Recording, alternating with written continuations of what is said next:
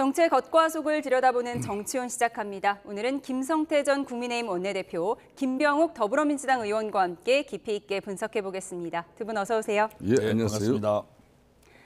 현재 탄핵 심판 선고 일정이 예상보다 늦어지면서 정치권에서는 선고 지연 배경을 두고 각종 추측이 난무하고 있습니다.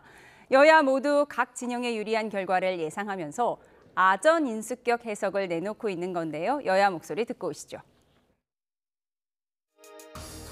먼저 한덕수 국무총리 선거부터 먼저 해야 되지 않겠느냐 이런 생각을 합니다. 왜냐하면 한 총리 변론이 아시다시피 딱 한 번 있었고요. 1시간 반 만에 끝났다는 거 아니에요. 그 말인즉슨 이 사안이 굉장히 단순하다. 이렇게 나와 있는데 이게 평의도 끝났고 곧 평결도 끝났다라는 소문과 함께 얘기들이 들리고 있는데 이것을 선고 안 하고 끌고 있다?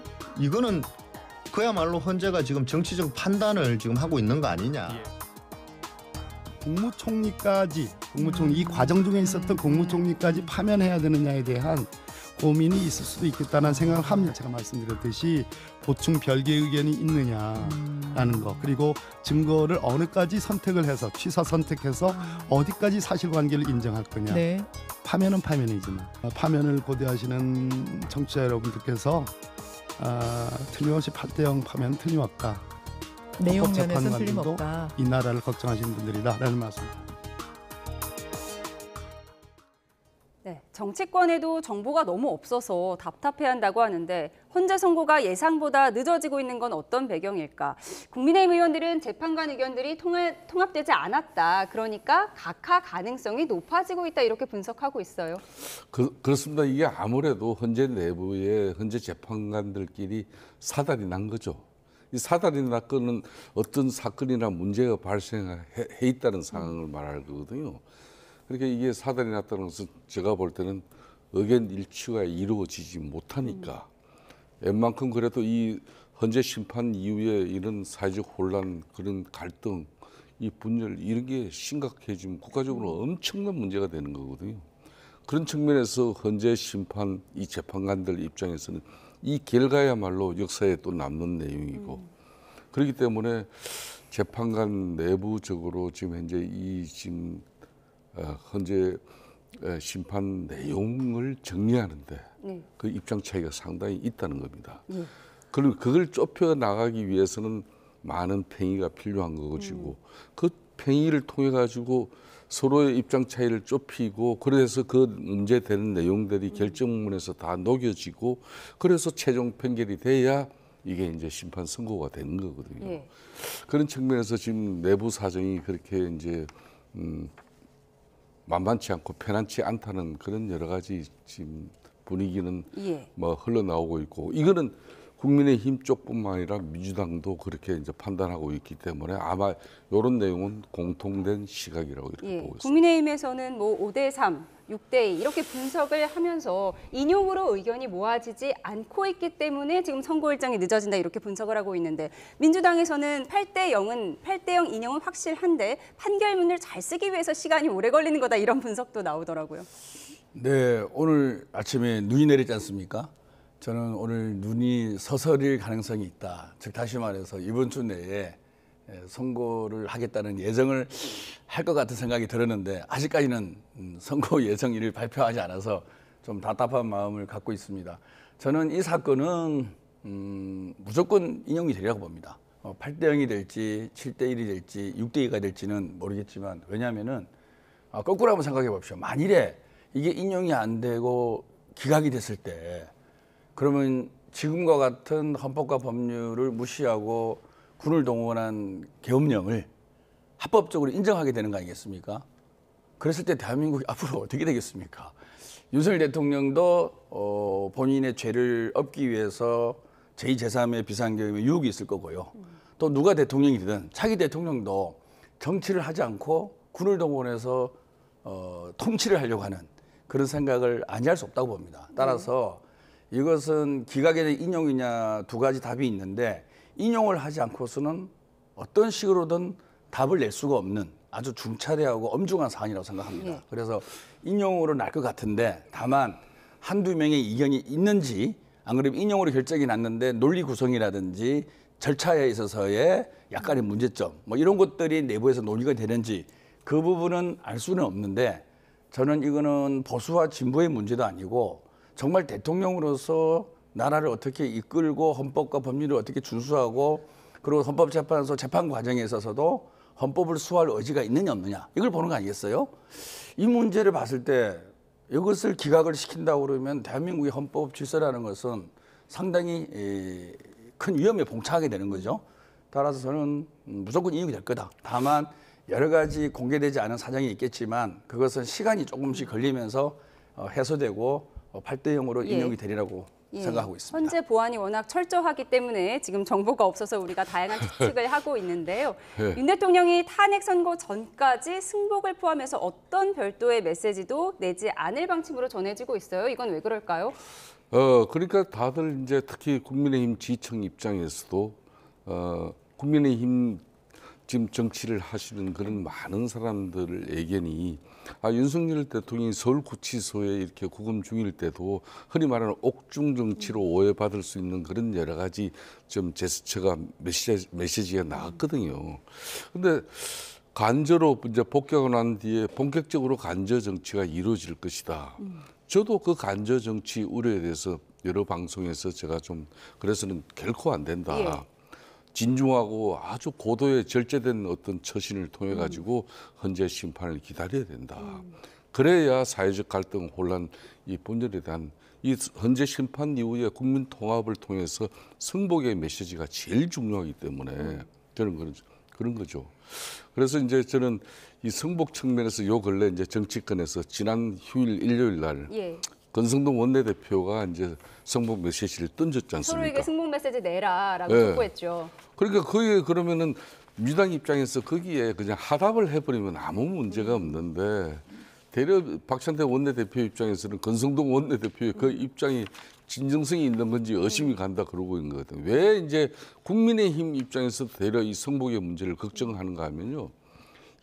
당시 17년 박근혜 그때 대통령 탄핵 정국에서 그때 이제 정세균 국회의장, 민주당 출신 국회의장이 이제 국회를 돌보고 있었는데 그때 이제 이 탄핵 선고를 헌재 선고를 앞두고 그때는 사당 체제인데 사당 대표를 모아놓고 이게 이후에 정치적 혼란을 갖다 최소화하기 위해서 우리가 이 정치적 혼란을 부추기는 그런 아주 선전선동적인 행위는 하지 말자. 또 심지어 3월 10일 박근혜 대통령 탄핵 선고 전날에는 5선급 중진 의원들을 이 오찬에 모셔놓고도 여러분들이 그냥 각 당에서 이 심판 선고 이후에 사회적 국가적 혼란에 대해서 우리가 대비하자.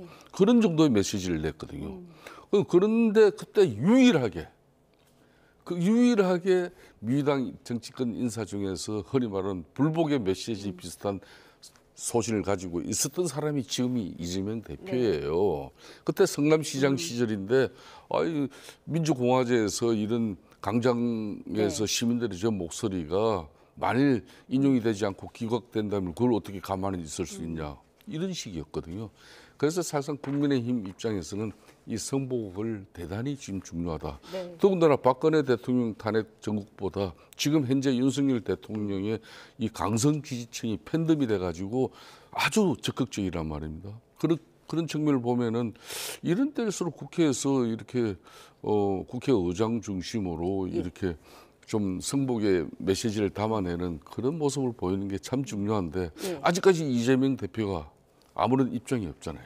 승복 메시지의 중요성을 말씀하셨는데요. 이재명 대표가 박근혜 전 대통령 탄핵 당시에 승복 메시지를 내지 않은 유일한 사람이었다라고 지적하셨어요. 반박 있으세요? 그 당시는 이재명 대표가 책임 있는 자리에 없었기 때문에 뭐 그런 비판에 대해서 답변할 가치가 있을지 좀 의문스럽고요. 그 당시로는 그냥 뭐 지방자치단체장 정도의 수준이었고요. 이재명 대표가 뭐 유튜브에 나가서 분명히 말씀을 했습니다. 당연히 승복한다고 말씀했고요. 박찬대 원내대표도 이거는 승복하는 것은 당연한 거다.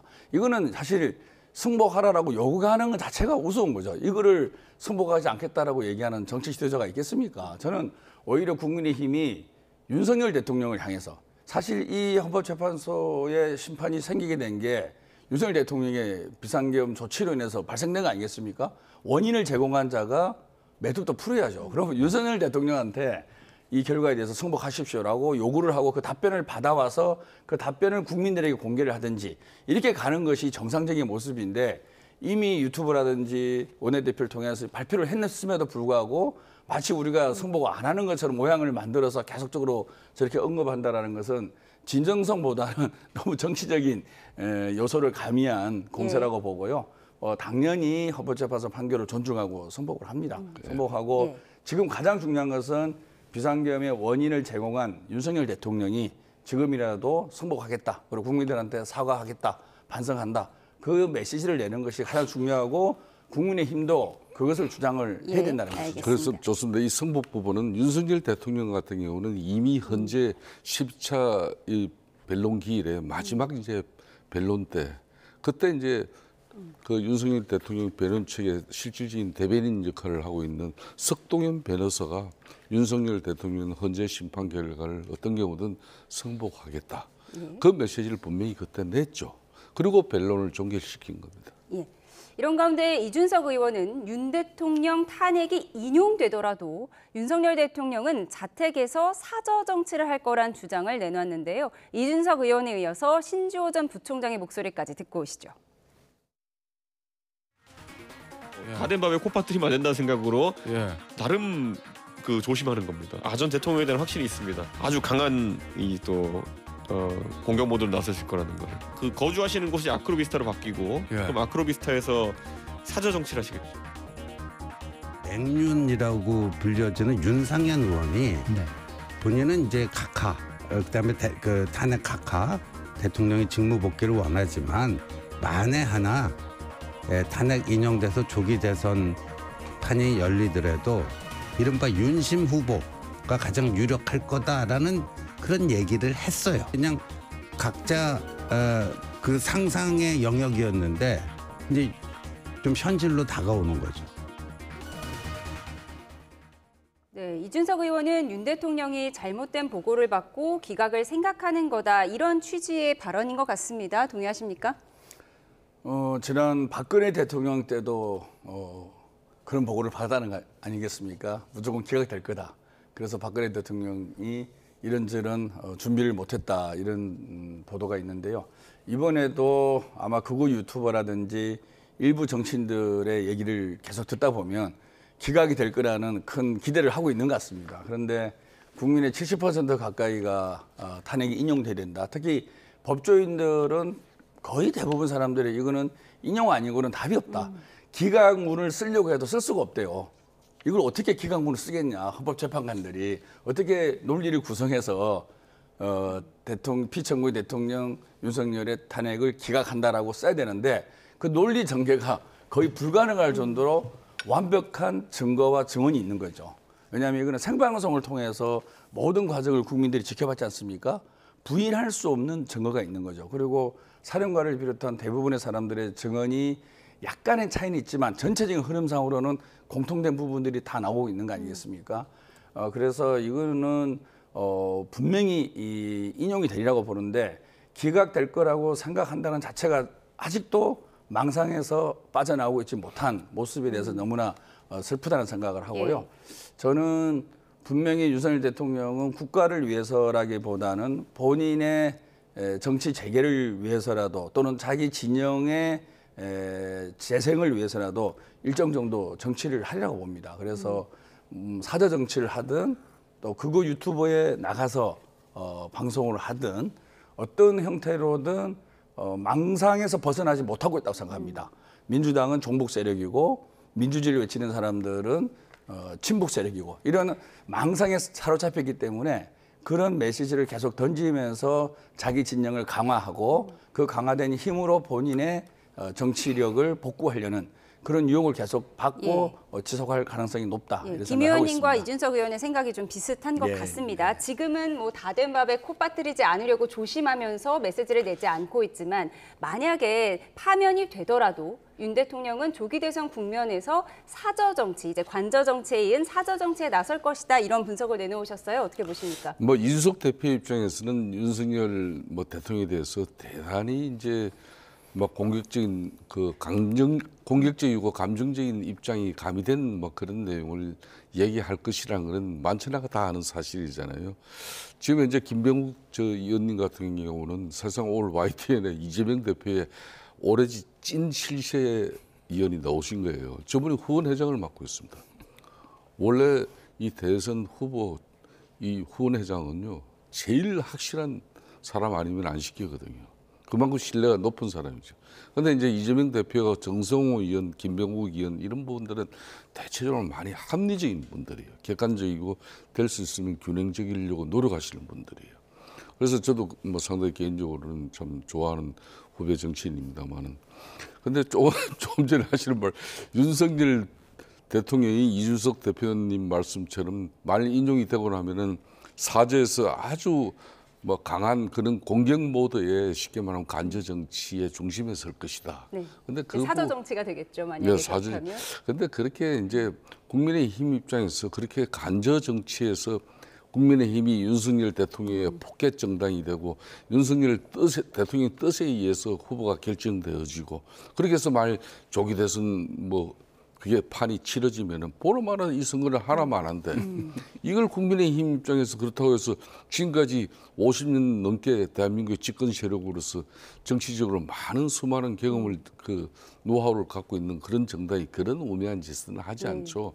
그런 측면에서 윤석열 대통령 자신도 자신의 처신이 그렇게 되면은 국민의힘 후보가 좋은 조건에서 특히 중도 무당층 그런 국민들로부터 좋은 이미지를 받을 건지 누구보다 잘 아는 겁니다. 그렇기 때문에 구속 취소 결정이 나오고 난 이후에 간저에서도 정말 진중하고 고도의 절제된 그런 모습으로 지금 헌재 심판을 기다리고 있잖아요.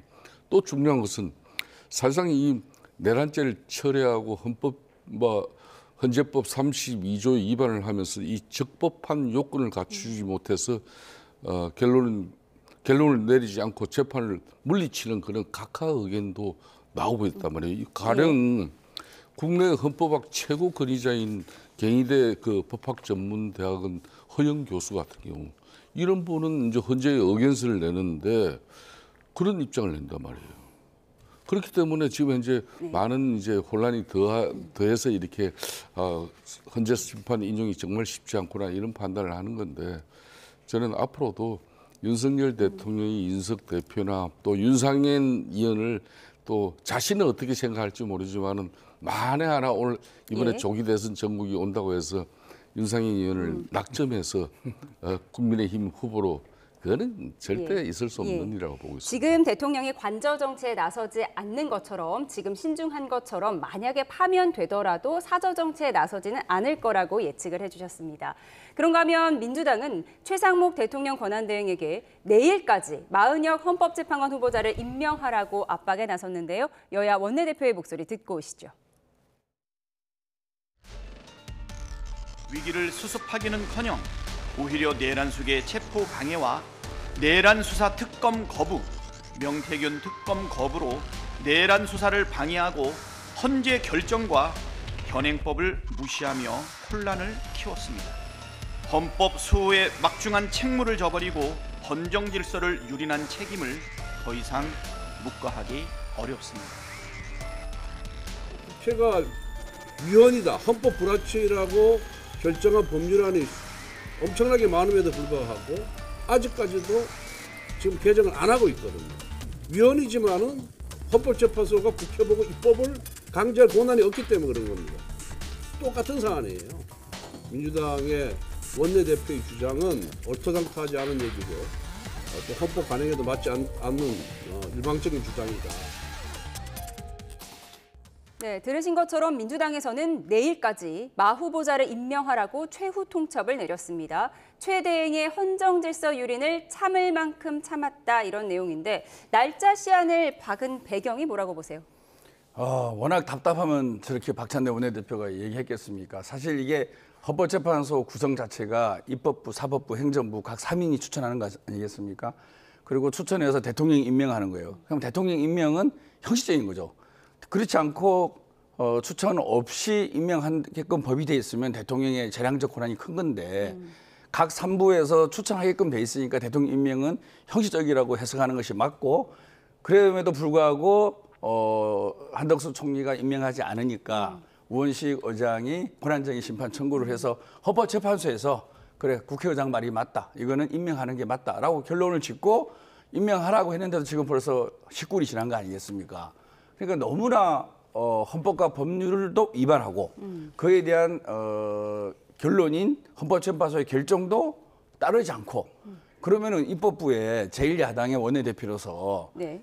이 사안의 정치적 유불리를 떠나서 이거는 지적을 안 할 수가 없는 거죠. 그리고 우리가 계속 헌법재판소 대통령에 대한 탄핵 심판도 있으니 시간을 끌 수는 없는 거 아니겠습니까? 그래서 시기를 정해서 정말로 이거는 묵과할 수 없는 사안이다라는 것을 계속적으로 지적을 해야 되고 그리고 또 최상무 부총리 같은 경우는 윤석열 대통령의 비상계엄에 있어서 쪽지를 받은 게 있지 않습니까? 비상입법기구 관련된 예산을 확보해라. 그게 뭐냐면 국회를 해산하고 전두환 시절의 국보위 같은 입법기구를 만들어서 국회를 대체하겠다는 거 아니겠습니까? 그러면 추측을 해보면 최상목 부총리도 일정 정도 내란에 동조하고 논의하고 협의한 흔적이 있는 거죠. 이 부분을 감추기 위해서 최상목 부총리가 지속적으로 윤석열 대통령의 편을 들고 헌법재판소와 헌법 판결과 헌법재판소의 판결과 헌법과 법률을 계속 위반하고 있지 않은가라는 의심과 또 그런 부분에 지적을 안 할 수 없는 거죠. 그러니까 민주당은 참을 만큼 참았다. 내일까지 반드시 마은혁 후보자 임명해야 한다. 이렇게 주장을 하고 있는데 국민의힘에서는 위헌법률 심판 나온 거 그동안 많았지만 국회가 바로 법 고쳤냐. 그러니까 지금 이러한 민주당의 주장은 얼토당토 않다. 이런 주장을 하고 있습니다. 그건 맞는 이야기죠. 그러니까 민주당 지금 사정이 아무리 현재 지금 내부를 갖다가 어떤 지금 소스를 받고 어떤 정보를 지금 취합하고 있는지 모르지만 민주당 내적으로는 특히 서울중앙지법의 구속 취소 결정 이후에 멘붕 상태가 왔었고 극도의 지금 불안감을 가지고 있어요. 그리고 헌재에 대한 극도의 지금 불안감을 가지고 있다 보니까 마흔의 지금 현재 재판관 이 사람 말 임명하지 않으면 안 될 그런 절체절명의 절박한 심정을 가지고 있다는 그런 방증이기도 하죠. 지금 현재 내적으로는 8인 체제를 가지고 이 윤석열 대통령 탄핵 심판에 대한 입장을 정리를 하려고 하는데 만일 마흔의 재판관이 이제 들어가면은 지금 민주당 내부에서도 그런 고민을 많이 했어요. 제가 직접 그런 얘기를 들은 적도 있습니다. 마흔의 재판관이 말 임명이 이루어지잖아요. 그러면은 윤석열 대통령 변호인 청에서 변론 갱신 절차를 다시 요구하면은 헌재가 그걸 수용하지 않고 어떡합니까? 그거는 형사소송법상으로도 과거 양성태 대법원장이 그 재판 중에서 대법관 한 사람 바뀌고 난 뒤에 그 다시 그동안 이 변론 기일 동안에 심리 논의된 내용을 그걸 파악하는 데 시간이 7개월 소요됐어요. 그런 만큼 재판이 7개월 늦어졌어요. 그런 갈래도 있는데 그런 상황을 갖다 고려한다 하더라도 마흔의 재판관을 투입하지 않으면 안 될 그런 급박한 상황으로 인식하는 게 저는 더 문제고 지금 한덕수 총리 대행을 갖다가 권한 대행을 갖다가 이 탄핵하고 난 뒤에 그때 민주당이 왜 자신들은 비상계엄을 동조한 그런 내란 정당으로 국민의힘을 공격하지만 국민의힘보다도 국민적 지지율이 정당 지지율이 낮았던 이유가 뭐가 있습니까? 바로 한덕수 대통령 권한 대행을 탄핵해내고 이 국가적 불확실성을 더 가속화시킨 그 최상목 대대행 차지에서 지금 박찬대 원내대표의 입장은 내일까지 마흔의 재판관 이제 임명하지 않으면 당신 이제 탄핵으로 가는 거야. 이 엄포거든요. 엄포로 끝나야 되는데 탄핵 카드는 어떻게 할 거라고 보세요? 제가 볼 때는 만일 안 하면 진짜 그동안 지금 이재명 대표 체제의 이 고위당직자 이 사람들은 용감해요. 사수가 합산을 가더라도 일을 또 저지르고 말아요. 그렇기 때문에 또 탄핵 절차를 밟을 수도 있겠죠. 일을 저지르고 말 거라고 하셨는데 탄핵 절차까지 제가 한번 밟을 물어봅시다. 거라고 생각하십니까? 가장 이재명 대표의 핵심인데 그 지금 이제 박찬대 원내대표가 또 탄핵 절차를 진행시키면 어떻게 하겠습니까?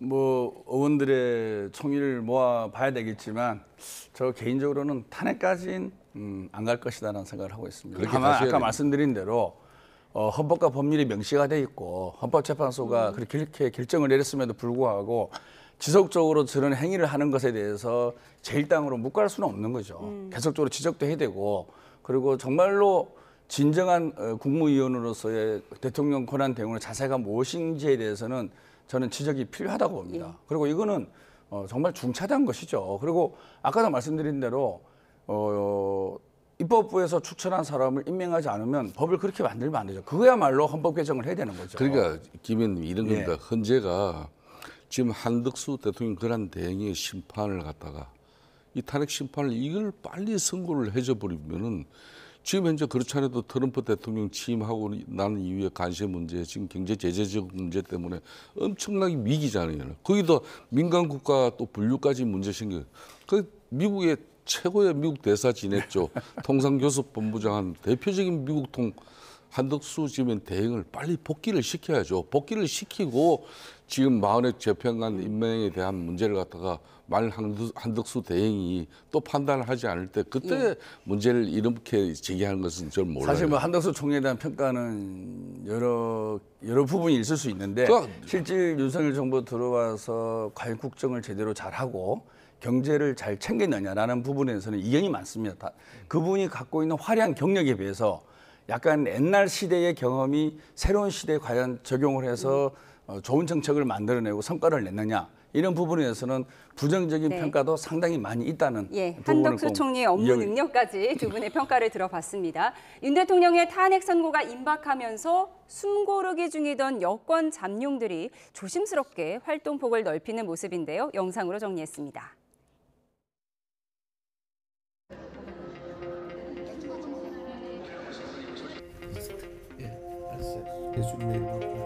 아멘.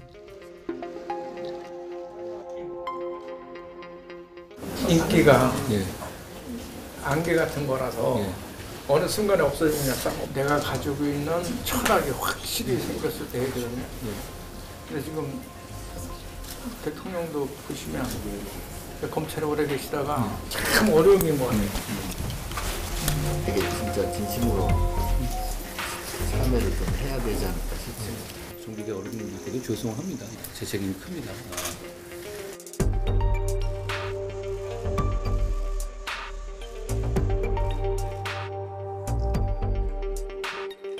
여러 가지 해야 하는 말씀 경청하러 왔습니다. 통원할 때 내부끼리서 경쟁하고 뭐 논의하지만 미국 때는 하던 사업도 준비를 해야 돼요.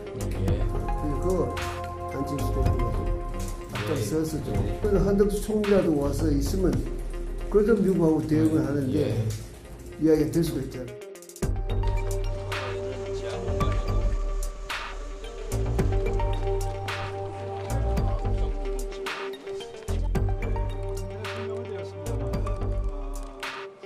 아무래도 늦어지는 것은 이상징후죠.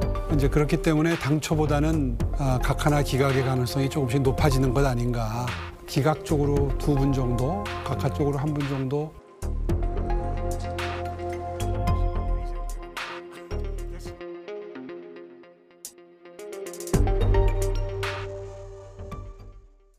조심조심 보폭을 넓히고 있습니다. 오세훈 서울시장은 민생행보, 한동훈 전 대표는 연일 종교계 면담에 나섰고 안철수 의원은 이명박 전 대통령을 찾았습니다. 전직 대통령 만나고 종교계 인사 만나고 이게 대권 후보들의 전형적인 패턴인가요? 그렇죠. 아무래도 그런 종교 지도자 그리고 대한민국 사회에서 또 명망가라고 일컬어지는 그런 분들을 찾아뵙고 하는 것은 전통적인 큰 행보에 있어서 자신을 만들어가는 과정이죠. 그런 분들의 또 메시지가 또 있기 때문에 그 메시지를 또 활용하는 게 또 정치고 그런 측면에서 지금 윤석열 대통령 입장에서는 헌재에서 각하 내지는 기각이 돼서 다시 대통령직에 복귀되기를 강력하게 희망을 하지만은 헌재 또 결정이라는 거는 언제 어떻게 날지는 또 모르잖아요. 그런 측면에서 무조건적으로 윤석열 대통령이 또 이 대통령직 복귀 희망만 가지고 우리가 희망 회로를 돌리고 있다가 막상 조기 대선판이 만들어져서 아무런 대책이 없다 그러면 그처럼 불행한 일도 없는 거죠. 그렇기 때문에 일정 부분 그래도 나름 준비를 하는 그런 제스처와 모습은 저는 일정 부분 윤석열 대통령 측면에서도 거기에 대한 부정적 입장이나 또 뭐 어떤 적을 갖다 또 안티하고 또 뭐 어떤 반감을 가지기보다는 저는 자연스럽게 이해하는 폭이 좀 넓어지는 것도 대단히 괜찮다 이렇게 본 거예요. 네. 그러니까 잠재적 그런 뭐 잠룡들 중에서는 윤석열 대통령이 기각이나 각하돼서 다시 대통령직에 복귀하기를 바라는 그런 주자들도 있는 것이고, 그러니까 우리 국민의힘 내정의 주자들은 다양성이 뭐 다 허용되는 거니까. 예. 오세훈 시장 같은 경우는 탄핵 찬성인지 반대인지 조금 애매모호한 메시지를 내기도 했는데, 국민의힘은 한덕수 총리 탄핵 심판 선고가 먼저라는 주장을 이어가고 있는 가운데 이명박 전 대통령의 힘을 실었습니다. 민주당 입장과는 좀 다른데요. 한번 어떻게 보셨습니까?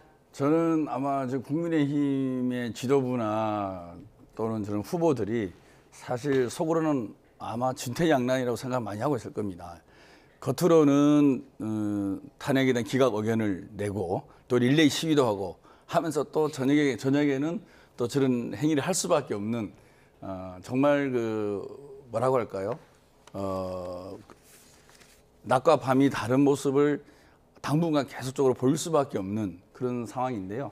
저는 저런 부분에서 국민들에게 솔직해야 된다고 생각합니다. 비상계엄은 잘못됐고 탄핵은 인용돼야 된다라는 입장을 정리하고 저는 대권 후보로서의 행보를 펼치는 것이 솔직하지, 국민의힘 공식적으로는 탄핵 기각을 찬성하고 시위까지 하면서 또 각자는 또 이렇게 대권 행보를 보이는 모습들을 국민들을 어떻게 보고 있을까?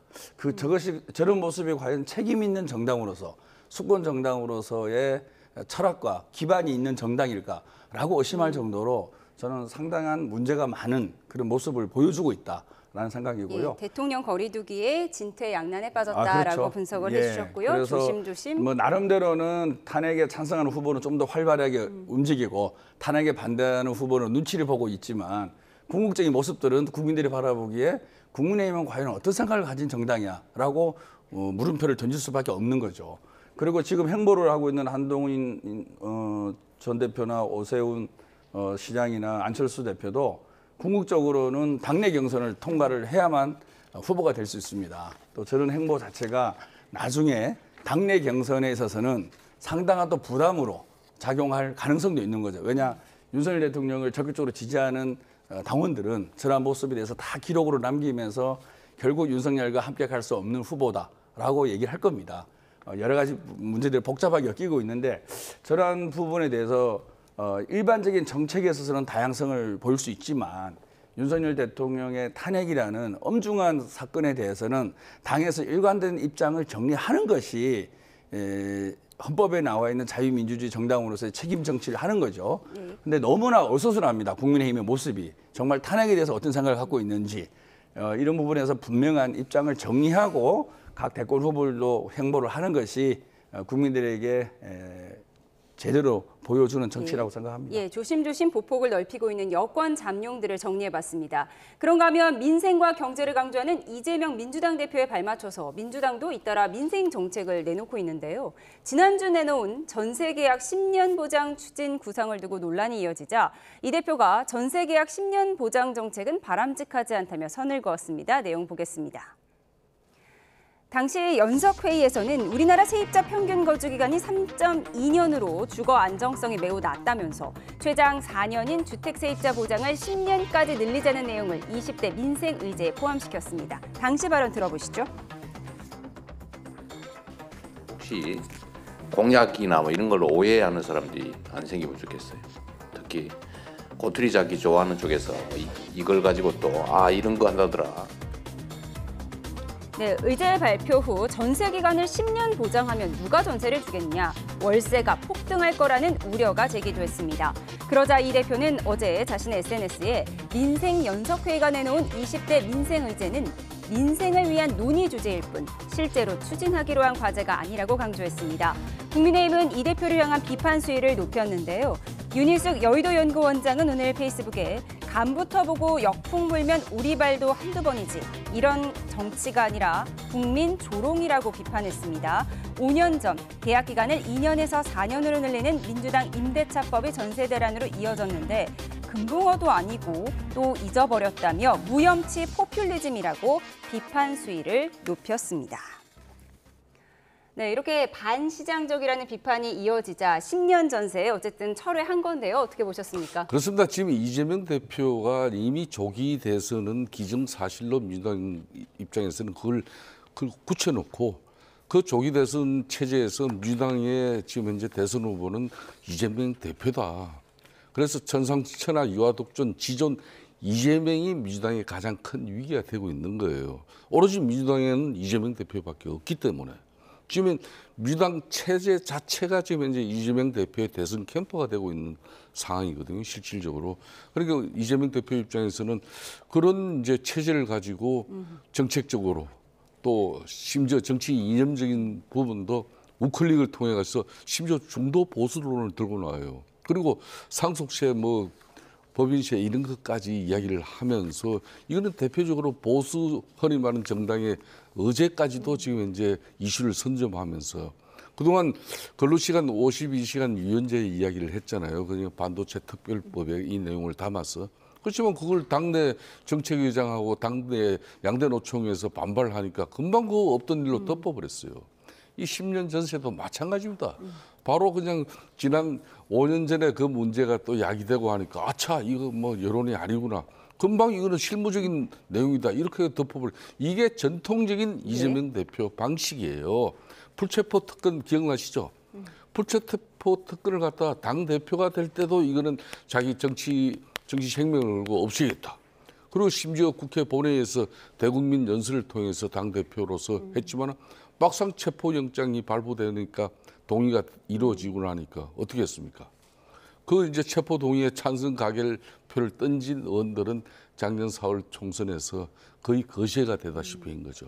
그래 이렇게 이제 이재명 대표의 입장은 항상 그 순간순간을 위한 입장은 있었지만은 그 진정성을 국민들에게 정말 중도 그리고 합리적 그런 국민들 판단을 갖다 용이하게 할 수 있는 그런 정책적 변화라는 것은 자신의 정치적 이념, 철학적 가치부터 새롭게 정립하고 한 이후에 해야 되는 거죠. 예, 이재명 대표가 말을 바꿨다라고 비판을 하셨는데 국민의힘에서는 간부터 보고 역풍 불면 오리발이다 이렇게 비판을 했습니다. 특히 문재인 정부 시절의 부동산 정책 생각나지 않느냐, 금붕어도 아니고 다 잊어버렸느냐 이런 비난이 나왔어요. 정치를 잘한다는 것은 그 시대가 처해 있는 상황을 제대로 인식하고 그 상황에 맞는 정책을 내놓는 것이 저는 제대로 된 정치인들의 자세라고 봅니다. 그런 측면에서 이재명 대표의 최근의 실용주의 행보는 저는 박수를 쳐야 되는 그런 상황이라고 보고요. 그 가장 큰 변화가 뭐냐면은 과거의 고성장 시대에서 지금은 저성장 시대로 바뀌고 있습니다. 그리고 AI를 비롯한 기술 혁신이 저희가 생각하는 것보다 속도가 빨리 나가고 있습니다. 이런 상황에 대한 인식의 공유가 중요한 거죠. 이 인식 속에서 과연 우리가 어떤 측면의 방점을 찍어서 국가를 운영할 거냐. 단연코 성장이라고 생각합니다. 성장을 해야만이 기회도 늘고 성장의 과실이 골고루 배분될 수 있는 복지국가를 건설할 수 있거든요.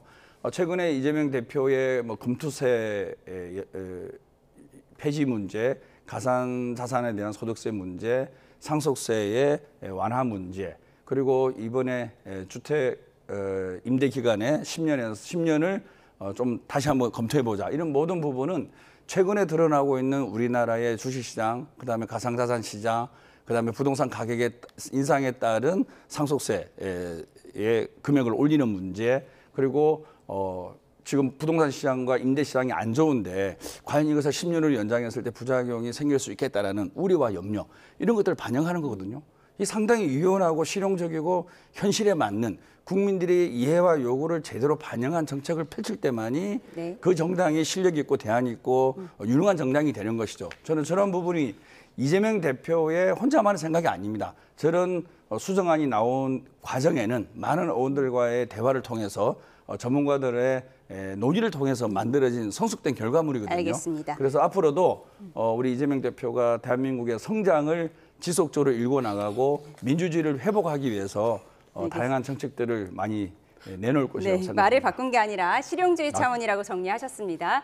네, 경찰이 오늘 오후부터 이재명 대표 신변보호 조치 시작한 건가요? 네, 보도에 따르면 그렇게 하고 있는 것 같습니다. 저는 나경원 전 원내대표가 저런 정도로 수준이 떨어지고 있는지 정말 저 글을 보면서 의심하지 않을 수 없습니다. 사실 한때는 괜찮은 여성 정치인이었는데 최근에는 오로지 반 이재명, 본인의 컨텐츠라든지 미래 비전은 제시하는 게 전혀 없이 오로지 반 이재명과 극렬 윤석열 지지자에게만 호소하는 메시지를 계속 내고 있거든요. 저는 여와 야가 서로 정책이 다르고 공격은 할 수 있죠. 하지만 신변이 위협받았을 때는 보여주는 게 그거는 기본적인 마음 아니겠습니까? 이재명 대표는 작년 1월 달에 부산에서 큰 테러를 당했습니다. 거의 죽을 뻔할 정도로 살짝 칼날이 비켜나서 사는 거 아니겠습니까? 그리고 최근에 윤석열의 내란을 동반한 비상계엄에는 제1호 수고 대상이 이재명입니다. 곳곳에 테러 위험이 있는 게 사실이에요. 엄연한 사실을 두고 당연히 보호를 해야죠. 경찰도 보호를 해줘야 되고 우리 당원들도 보호를 해줘야 되는데 저거를 저렇게 험악한 자작극 이렇게 얘기를 하면서 뭐 본인만 빠져나가고 당원들과 보좌관들을 행진하게 한다. 우리 당원들과 보좌진들이 못 오게 하는 거죠. 다수들이 모인 곳에 노출이 되면 위험하지 않습니까? 예. 그리고 이런 경우에 있어서 핵심은 뭐냐면은 공개 일정은 줄이는 거예요. 그건 기본이거든요. 그런 것을 알면서 저렇게까지 험담과 비난을 하는 것은 같은 동료로서는 정말 대실망이다. 예, 오늘 이재명 대표 공개 일정 시작했다고 하는데 나경원 의원이 제기한 자작극설 어떻게 보십니까? 제가 이제 나경원 의원 입장에서는 이제 이 정치 지도자가 지금 현재 이 탄핵 정국에서 정말 자신의 한 걸음 내지 자신의 한 목소리 이 자체가 국민들에게 엄청난 영향을 끼친다는 사실을 누구보다 잘 알고 있어요. 어떤 경우든 주요 정치인들이 테러 위협으로부터 신변의 위협을 받고 있다는 것은 그거는 미연에 방지해야 되는 것이고 자신 혼자만의 힘 또 주변의 동료들의 힘 가지고 안 될 때는 경찰의 도움을 받아서 당연히 그 신변을 지켜내야죠. 그렇지만 이제 이재명 대표 입장에서는 이걸 왜 러시아 측 권총을 밀수한 그렇게 암살범의 제보를 그 구체적인 제보가 있었다면 그 암살범을 갖다 체포를 해야죠. 경찰에 구체적으로 대한민국 경찰 수준 대단히 높아요. 그런 암살범을 체포해서 지금 인터넷 공간에서 그 뭐 외국에 서버를 둔 그런 쉽게 말하면 공작범까지도 지금 잡아내고 있는 실상인데 왜 그런 민주당의 제1 지도자 그런 이재명 대표를 갖다 암살 시해하겠다는 그런 제보가 있다면 그처럼 위험한 일이 어디 있어요. 굳이 그렇게 해서 이렇게 자신을 너무 좀 정치인들은 숙명적으로 이렇게 항상 문자 내지는 SNS를 통해서 위협을 받는 그거는 숙명적으로 받아들여야 되는 것이죠. 그러면서 저는 한 말씀만 더 드리면은 어제부터 이제 대장동 재판이 열리기 시작했잖아요. 그런데 대장동 재판에는 이런 뭐 지금 이제 탄핵 정국의 바쁜 일정 뭐 이런 것 저런 것 때문에 그 재판에 지금 참석할 수가 없다 그래가지고 재판 불참 통보를 한 거거든요. 이게 앞뒤가 안 맞잖아요. 지금 자신의 신변의 위협을 받아가지고 극도의 공개 일정을 줄이고 있다는 사람이 왜 재판에는 왜 안 나갑니까? 알겠습니다. 이재명 대표 신변 위협에 대한 정치권 공방까지 짚어봤습니다. 지금까지 정치온 김성태 전 국민의힘 원내대표, 김병욱 더불어민주당 전 의원과 함께했습니다. 고맙습니다.